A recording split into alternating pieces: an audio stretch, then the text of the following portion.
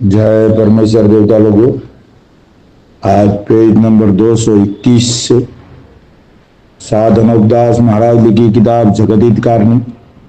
यह जगदीत कारणी जिसको श्री अनूपदास प्रिंटिंग प्रेस चावनी एरमपुरा में साहब के प्रसिद्ध किया। तारीख 17 अप्रैल सन 1909 चावसास विधि 12 संवत 1965। परमात्मा ने मन। जय परमेश्वर। हजार हजार शुक्र उस ज्योतिष रूप निरंजन निराकार का है कि जिसने जमीन व आसमान को बनाया और तमाम सृष्टि को पैदा किया, परंतु उसकी कारीगरी का भेद किसी पर जाहिर नहीं हुआ कि क्या भेद है। फिर मेरी जबान से ईश्वर परमात्मा की तारीफ अदा नहीं हो सकती। और दूसरा मजमून बद्र समुद्र के सो कलम से लिखा जाता कि जो जो करतब मैंने इन सौदागर महाजनान के देखे वो अजब तरह के नजर आए, जिससे मुझ गरीब साध अनूपदास को तमाम जान के हिंदू मुसलमान और साध संत और पंडित फकीर और मुल्कों के राजा महाराजा और सातों आठों और सब विलायतों के बादशाह और दिगर अंग्रेज वगैरह की खिदमत हाथ जोड़कर अर्ज करना लाजिम आया कि जिसको जादूशाला और राक्षस विद्या और काफिर विद्या और इंद्रजाल कहते हैं, वो एक किस्म का पाप है कि जिस तरह से रावण ने चलाया था और मैं और मौत को कब्जे में कर ली थी, पाप के सबब से यानी होम करा करा की बुद्धि भी भ्रष्ट कर दी थी। इंद्रजाल के पाप से और काल वगैरह पड़ा करके लक्ष्मी अपने काबू में करके लंका में ले गया था। और उसी तरह से हिरणागंज राजा ने भी चलाया था और उसी तरह से कंस राजा ने भी चलाया था और उसी तरह से कारून बादशाह ने भी चलाया था। और रावण हिरणागंज कंस कारून वगैरह की तरह से बल राजा के बाद से इन सौदागर महाजनान ने भी राक्षस विद्या का पाप चलाया है। सो इन बनियों ने भी मेघ और मौत को सारे कर लिए। तो भाइयों, ये बात है अनूपदास जी महाराज पूरे विश्व को अर्ज कर रहे हैं, अपील कर रहे हैं और कह रहे हैं कि भाइयों, आज दुनिया में जो कुछ बुरा हो रहा है, दुनिया में आपदा विपदा घटना दुर्घटना और कई प्रकार की बीमारियां, हर तरह के तराई मची हुई है। बलात्कार होना, बुरे काम करना, एक दूसरे से मोहब्बत नहीं करना, भाई भाई में बिगाड़, रिश्तेदारी में बिगाड़, सब जगह छल कपट करना, जितनी भी दुनिया में बुराई चल रही है उसके पीछे सिर्फ और सिर्फ हिंदुस्तान के सौदागर बनिए बेईमान लंका के ढेड़ों का हाथ है। और दोस्तों, ये कलयुग जो दुनिया बोल रही है कि ये कलयुग नहीं, ये कल्लु काल है और ये हिंदुस्तान के सौदागर बनियों के राक्षसी पाप करने का, राक्षसी पाप इनके घर का है। यानी ये कलयुग नहीं, कल्लु काल है और ये हिंदुस्तान के सौदागर बनियों के घर का राक्षसी पाप है। और इसकी फैक्ट्री चलती है दोस्तों, जिसको हिंदू लोग कहते हैं स्वर्ग नरक, मुसलमान भाई कहते हैं जन्नत और अंग्रेज लोग कहते हैं हेवन हिल्स। वहां पे कोई मालिक की दरगाह है, न कुछ मालिक वहां सजा देता है। वहां जो सजा देता है या जो भी पाप होता है वो हिंदुस्तान के बनियों के राक्षसी पाप से होता है। और वहां पर 84 लाख कुंडियों से पाप कराते हैं। जब 84 लाख जीवाचून दुख होती है, जमीन आसमान के नाम पाप कराएंगे तो जमीन आसमान को तकलीफ होगी और संसार के नाम का पाप कराएंगे तो पूरे संसार को, पूरे विश्व को दुख होगा। तो भाइयों, ये बड़े बड़े वैज्ञानिक लोग हैं, इंजीनियर लोग हैं और जो भी बड़े बड़े विश्लेषण लोग हैं और ये हिंदुस्तान का मीडिया है, इनको सब लोग को इस बात पे गौर करना चाहिए, उस बात की तरफ ध्यान देना चाहिए कि आज दुनिया में बुरा होता है उसका निवारण क्या है। तो भाइयों, ये किताब जगदीत कारणी उसका सबूत है। हर चीज का सबूत ये किताब जगदीत कारणी है। बुराई का जो कुदरत को खंडित कर रही, परमेश्वर के बनाए हुए बगीचे को बिगाड़ने का जो काम हो रहा है और कुदरत के विपरीत जो काम चल रहा है उसको बचाने के लिए किताब जगदीत कारणी उसका सबूत है। तो एक बार मेरे भाइयों, इस किताब को जरूर पढ़िए। इसको पढ़ना हमारे लिए सौभाग्य की बात है, इसको चूकना हमारे लिए परम दुर्भाग्य। इसलिए भाइयों, एक बार जरूर पढ़िए और जिस भाई को किताब चाहिए संपर्क के लिए 8905653801 और हर महीने की 17 तारीख को सावनी हरमपुरा में ये किताब निःशुल्क मिलेगी। 30 सेक्टर 27 राजस्थान। तो भाइयों, आज पेज नंबर 221 से जमित में जारी है। जरा गहराई से सुनना, इस बात को आपको समझ में आएगी। सो तमाम जान में सातों आठों कूड़े दुखी होती है। कूड़ों का मतलब है वंश, अलग अलग कूड़े, चार वनस्पति, गाय घोड़ा बैल वगैरह, ये दुखी होती है। ये अनबोला है। और इंसान खेती करने के काम में लेता है, सवारी करने के काम में लेता है, दूध निकालने के काम में लेता है, तो ये उनको दुख होता है। लेकिन राक्षसी पाप जितना दुख नहीं है, वो तो बहुत, और उसमें 84 लाख जुन दुखी होती है, और इसमें तो 7-8 जुन दुखी होती है। लेकिन आगे आगे स्टार्ट से जब ये बनिए लोगों ने काल बढ़ाना चालू किया तो इतना दुख नहीं था। लेकिन अभी ज्यादा इन लोगों को, जो पालतू जानवर है, उनको ज्यादा दुख देते। सो ये दुख अनबोलों पर जब से पड़ा है कि जब से ये बनिए काल बढ़ाने लगे, और जब से ही खेती पाती का पाप चलाया है, और सज्जग में काल वगैरह नहीं पड़ता था, तो मेवा मिष्ठान रिजक वनस्पति वगैरह अच्छी तरह से बगैर बोए हुए के ही पैदा होता था। सतयुग में भाइयों कोई खेती बाड़ी नहीं करता था, और दुष्काल वगैरह काल वगैरह नहीं पड़ता था, तो बगैर बोए हुए खेती बाड़ी का काम, फल फूल वगैरह, मेवा मिष्ठान वगैरह बहुत कुछ होता था, पैदा होता था। क्योंकि राक्षसी पाप नहीं चले तो सदा सज्जगी है, और जल की माया है। क्योंकि जिससे आप ही तरह तरह के मेवा मिष्ठान रिजक वनस्पति वगैरह हो जाती थी। ईश्वर, जल एक ईश्वर है, ईश्वर की तौर की भूमिका निभाते हैं, और जमीन माता परमात्मा है। तो दोनों का संगम होता है। जल टाइम पे जमीन माता अगर पी लेवे, और महीने के महीने जिसको 12 मेघमलान कहते हैं, तो कोई चीज की जमीन के ऊपर कोई चीज की कमी नहीं होगी। सब मुफ्त में मिले। कोई खेती करने की जरूरत है न कोई बगीचा लगाने की जरूरत है भाइयों, ऑटोमेटिक फल फूल मेवा मिष्ठान रिजक वगैरह सब मिलने लग हो जाती है। और जब से इन बनियों ने, यानी लंका के ढेड़ों ने, जब से इन बनियों ने राक्षसी पाप चलाया है, जब से मेवा मिष्ठान रिजक वनस्पति वगैरह को गला देते हैं और गला दिया है, जिससे अनबोलों के ऊपर ये खेती पाती का पाप चलाया है, सो बीज ले लेके बोते हैं, और जो नहीं बोवे तो खावे क्या। अब भाइयों, पाप चलाने के बाद दुष्काल वगैरह गिरवाते, तो अब क्या हुआ कि खेती वगैरह करनी पड़ती है। अब खेती करने लगे तो फिर पूरा जमीन को खराब कर दिया, बरसात नहीं होने दिया, तो अब तो ये दवाई वगैरह डाल डाल के पूरी जमीन का पूरा कस निकाल दिया। क्योंकि ये दुष्काल गिराते, दुष्काल गिराने से जमीन माता बरोबर पानी नहीं पीती है, नहीं पानी पीने की वजह से बीमारियां पा रही है। तो भाइयों, आज हम जो खेती में जो चीज लगाते हैं, उसको हम दवाई लगा के, जैसे हम दूध निकालते तो मशीन लगा के दूध निकालते, इंजेक्शन लगा के दूध निकालते, तो भाई उस सामने वाले जानवर का पूरा खून चूस लेते हम लोग। तो आज वो बेचारा उस हालत में चला गया कि वो मरने के कगार पर हो गया, लेकिन मर नहीं सकता ऐसा। तो जमीन माता जिंदा जीव है, अजर अमर है, उसको कोई मार नहीं सकता है। लेकिन वो आज कोमा में चली गई है भाइयों। फिर भी वो आज खाना पीना हवा पानी सब दे रही है, लेकिन इंसान की ऐसी परिस्थिति हो तो उसकी तो सांसें रुक जावे। लेकिन जमीन माता जिंदा जीव है, अमर है, उसको परमेश्वर के बनाए हुए है, हमको भी परमेश्वर ने बनाए हैं। लेकिन हम लोगों की बुद्धि भ्रश कर दी है, और भ्रश करने की वजह से हम लोग गलत काम करने लगे। इसके लिए बहुत तकलीफ आ रही है हम लोग। तो भाइयों, सोचो, इस किताब को पढ़ो, गहराई से समझो। ये किताब कोई ज्ञान और मजहब के बारे में नहीं है, ये सिर्फ और सिर्फ हिंदुस्तान के सौदागर बनियों के राक्षसी पाप के बारे में हिदायत है। तो जल्दी इस पाप को छुड़ाने में मददगार बनो, तो दुनिया में अमन शांति कायम हो जाए। लेके बोते हैं, और जो नहीं बोवे तो खावे क्या। इससे बोते हैं, और आगे बगैर बोए हुए के कुल चीजें पैदा होती थी, बगैर बोए हुए के कुल चीजें पैदा होती थी, जिससे अनबोलों को कोई दुखी नहीं करता था। सतयुग में अनबोलों का कुछ काम नहीं था, बस कोई दुखी नहीं करता था। फक्त गाय भैंस बकरी का दूध काम में आता था, और अनबोलों को बिल्कुल दुख नहीं था। और अब तो संसार के देखने में 8-7 कूड़े पेट भरने के खातिर से दुखी होती है।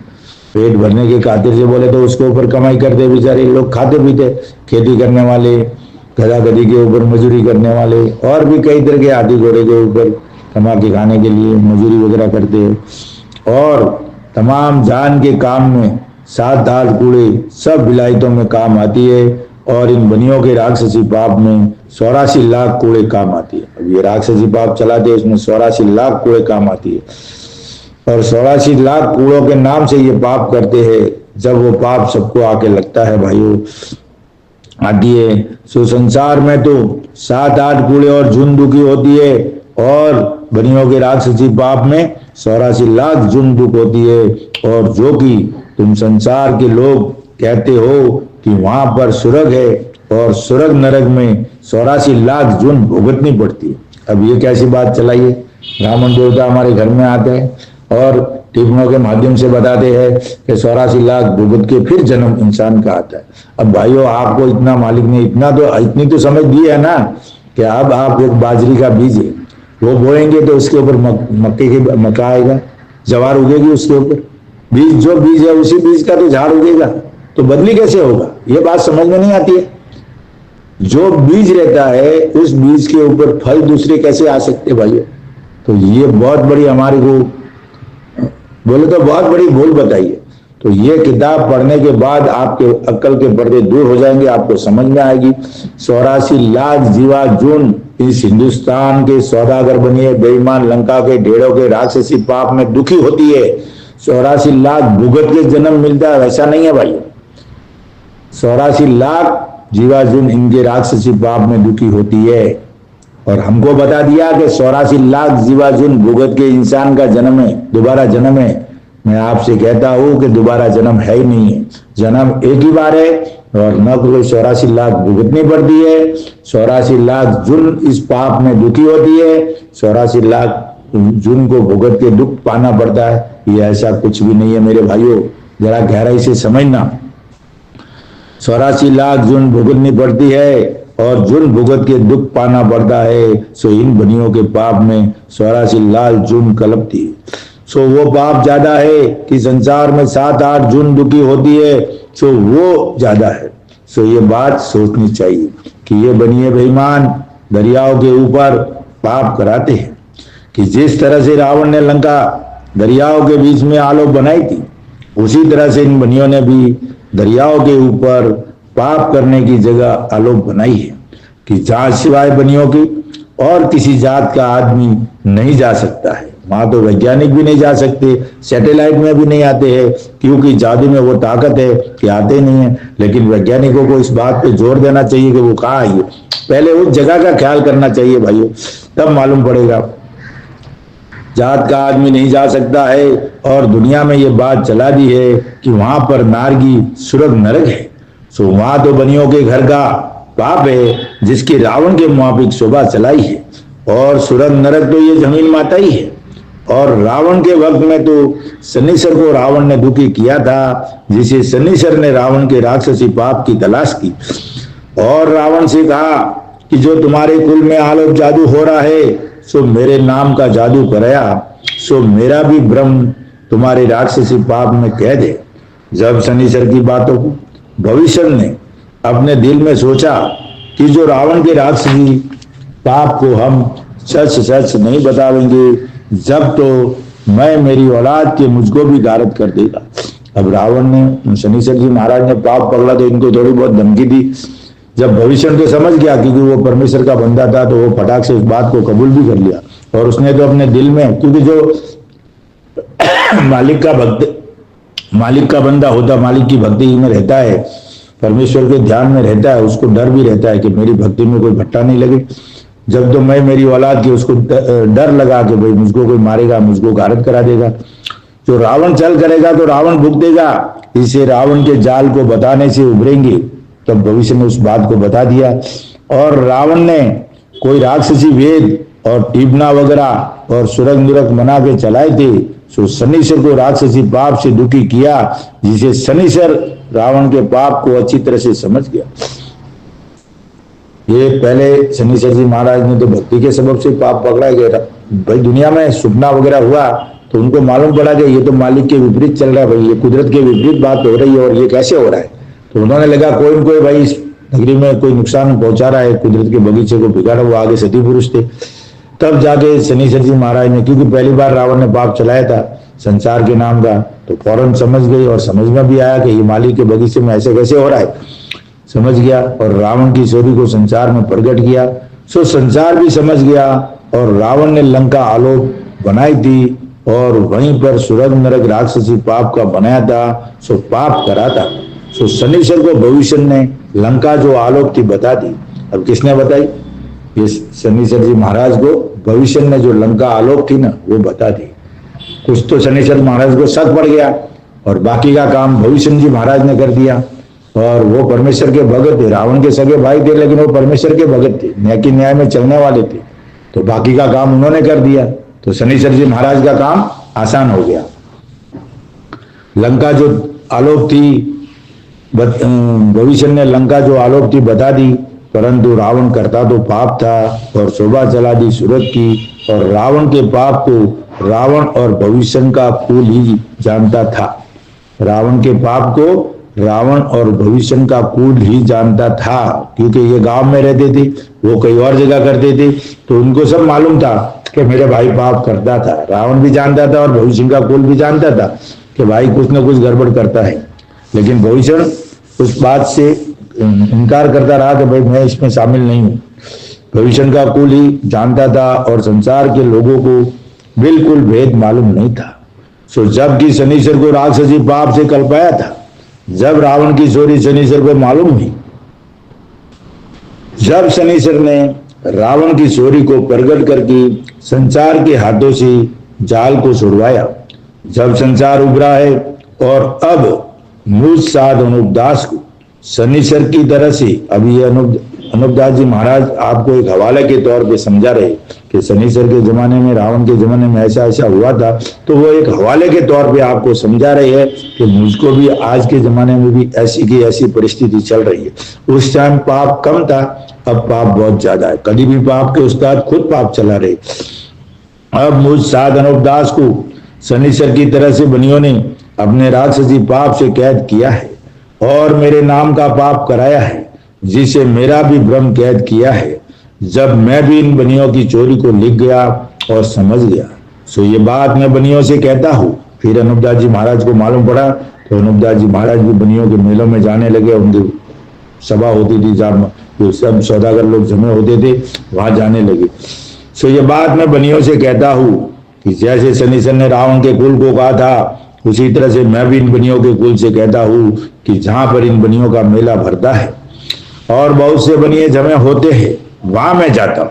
अनुपदास जी महाराज बहुत से बनिए जमे होते थे, वहां मैं जाता हूँ और कहता हूँ कि तुमने रावण की तरह से और हरनाकुंज वगैरह की तरह से राक्षसी पाप चलाया है। तो जब से कि तुमने राक्षसी पाप चलाया है, जब से काल वगैरह भी डालना तुमने ही शुरू किया है और इसी पाप में तुमने मुझे दुखी किया है, जिससे मैं तुम्हारी चोरी को पहचान गया और संसार को और गरीब अमीरों को और राजा बादशाहों को और साधु फकीरों को तुम्हारे जाल की मालूम नहीं है, क्योंकि उनके देखते तो तुम नेकी में चलते हो और गुप्ती पाप अपने आदमियों के हाथों से कराते हो। सो सच सच बताओ कि जिस तरह से भविष्य ने लंका बताई थी, उसी तरह से तुम्हारी जात में भी पाप हो रहा है।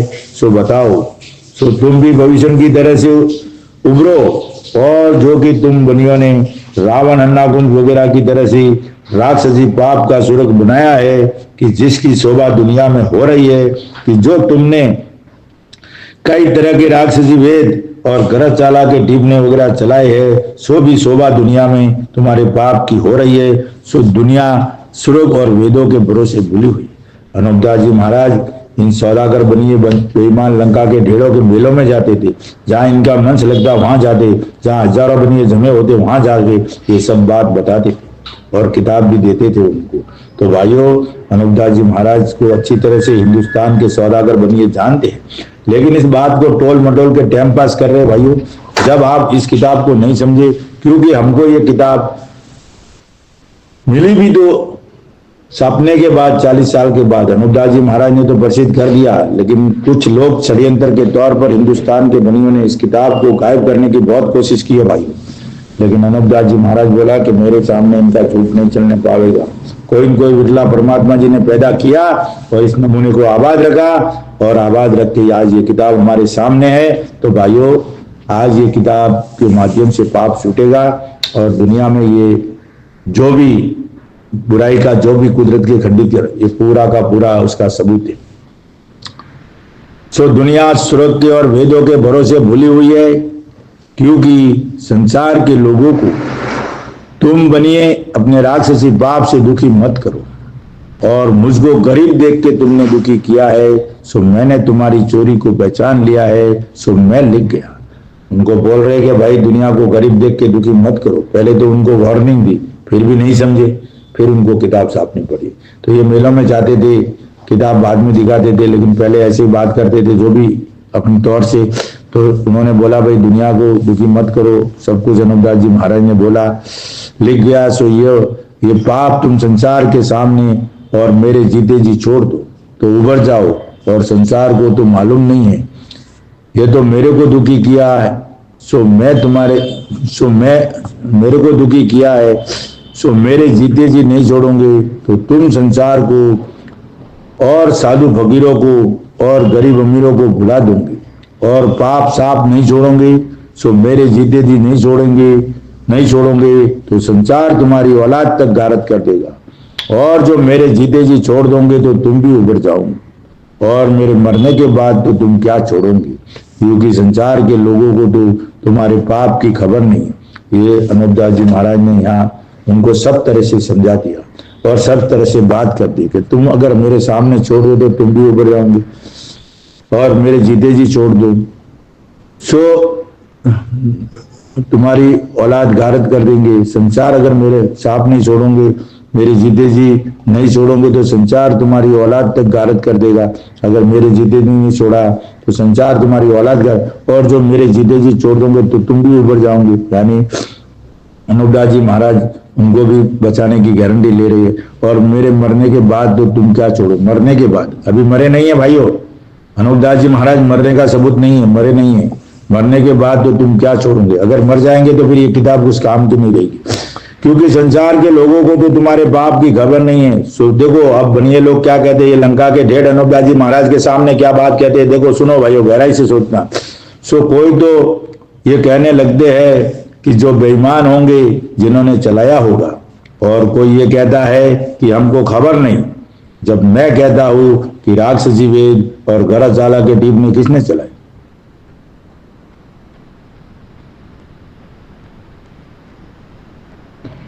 किसने चलाई, और राजलव की कुंडिया बनाई है जिसकी शोभा संसार में किसने चलाई है, और मरी और काल वगैरह, और मरी और काल और जानवरों और मनुष्य देह को रोग किसने चलाई है, और सबों को बीमार तो करते हो जादू से और सुझा देते हो देवतों का।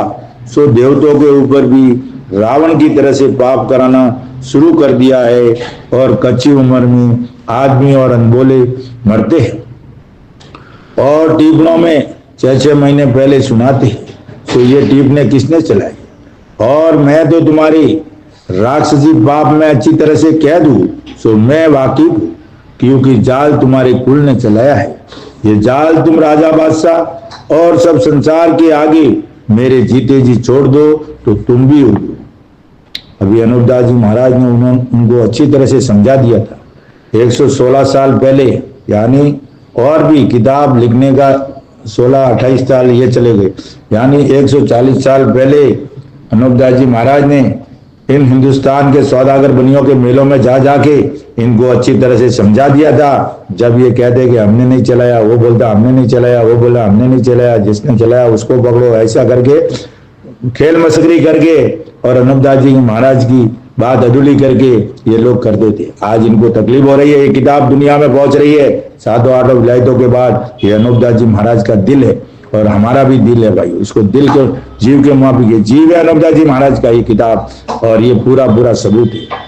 इस किताब के आगे हिंदुस्तान की बलियों की रत्ती भर भी नहीं चलेगी भाइयों, और इस किताब को गहराई से जाहिर करो, पढ़ के जाहिर करो, समझ के जाहिर करो। कोई मायका लाल पैदा नहीं हुआ है कि इस किताब को रोक सके। कुदरत के विरुद्ध में चलेगा उसका सर्वनाश है, ऐसे ही नाश है उनका। मेरे जीते जी छोड़ दो तो तुम भी उभरो। इन बनियों को क्या था और जो कि तुमने पाप अपने कुल में संसार के घारत करने को चलाया है, सो तुम्हारी तुम भुगतोगे। मैं तो तुम्हारे जाल को संसार में प्रकट करता हूँ, सो संसार को भी अपने बच्चे प्यारे लगते हैं। भाइयों, अपनी औलाद किसको प्यारी नहीं लगती है? कच्ची उम्र में मरती है, किसको प्यारी नहीं लगती है? भाइयों, सबको प्यारी लगती है। और ये खेल खेला है हिंदुस्तान के सौदागर बनियों ने भाइयों। तो इस पाप को जब तक हम नहीं मिटाएंगे, हिंदू मुसलमान अंग्रेज भाइयों, चौसो ख्याल करो, इस किताब के ऊपर ख्याल करो। हो सके मेरे पढ़ने में थोड़ी प्रॉब्लम भी हो सकती है, लेकिन इस किताब को में बिल्कुल प्रॉब्लम नहीं हो सकती, क्योंकि हिंदुस्तान का बनियों का राक्षसी पाप इतना भयंकर चलता है किताब पढ़ते वक्त भी, कि कैसे कैसे मुसीबतें ये लोग पैदा करते, कैसे कैसे जाल लाते।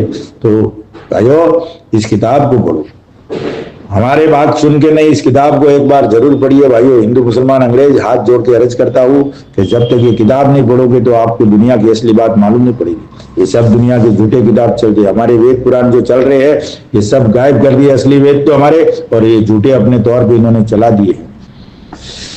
तो अपने बच्चे प्यारे लगते हैं और संसार भी अपने बच्चों को गारत कराना अच्छा नहीं समझते, परंतु तुम बनिए तो ये समझते हो कि 14 कूट में और 14 भान में संसार को गारत करके अपना राज करो। ये 14 कूट और 14 भान क्या भाइयों मालूम है क्या? आपके शरीर के ऊपर भी 14 द्वार है और 4 कूट, हाथ पैर को 4 कूट बोला गया है, और 4 कूट और 14 भान। 14 भान का मतलब ये होता है भाइयों, तुम्हारे शरीर के जिस्म के ऊपर 14 द्वार है। तो जमीन माता के जो 14 द्वार पहचान जाता है और 14 द्वार जो देख लेता है वो पूर्ण रूप से पूर्ण ब्रह्म और पूर्ण रूप से वो परमेश्वर का बंदा हो जाता है, यानी पूर्ण ब्रह्म हो जाता है उसके अंदर, और वो उसको कोई दुनिया में हमारी उसकी भक्ति पूरी पूरी हो जाती है और वो परमेश्वर ही हो जाता है, यानी परमेश्वर के करीब या परमेश्वर बोलूं तो उसमें कोई मुझे ऐतराज नहीं है, कोई मुझे संतोष की बात नहीं है।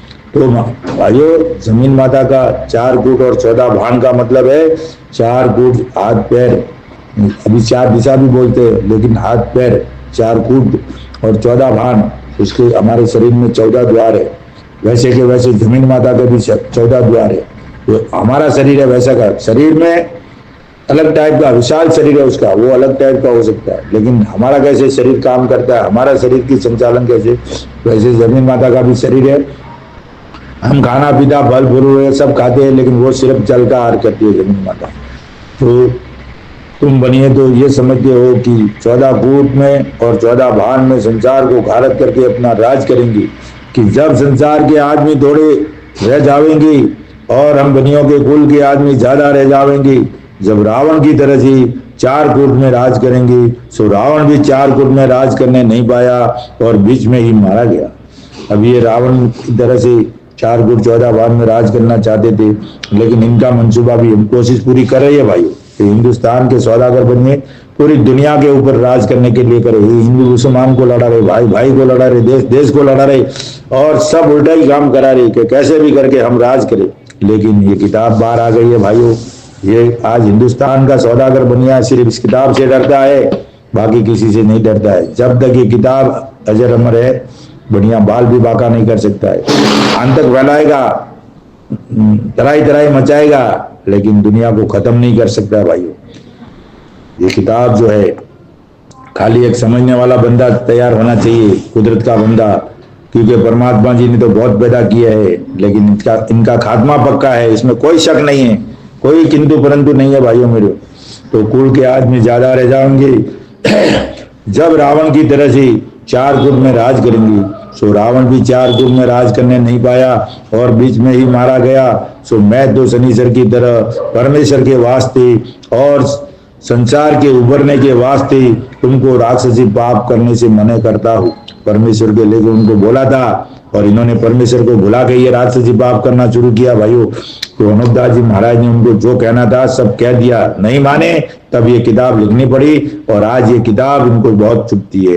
ये किताब पूरी होने तक तो आप देखो कितना हंगामा होगा, कोई कल्पना नहीं कर सकता है, और इस किताब से ही पाप छूटेगा। मने करता हूं कि पाप करना छोड़ दो तो तुम मेरे जीते जी छोड़ दो तो तुम भी उगलो। तो बनिए मेहमान मुझ पर गुस्सा होकर के गालियां देने लग जाते हैं और कहते हैं कि राजा बादशाह से कह और पुकार, जय परमेश्वर। भाइयों, मुझे टाइम समय का भी ख्याल रखना है, तो मैं आज ये 3 पेज पूरे हो गई है, कल से चालू होगा पेज नंबर 224 से जनहित में जारी रहेगी।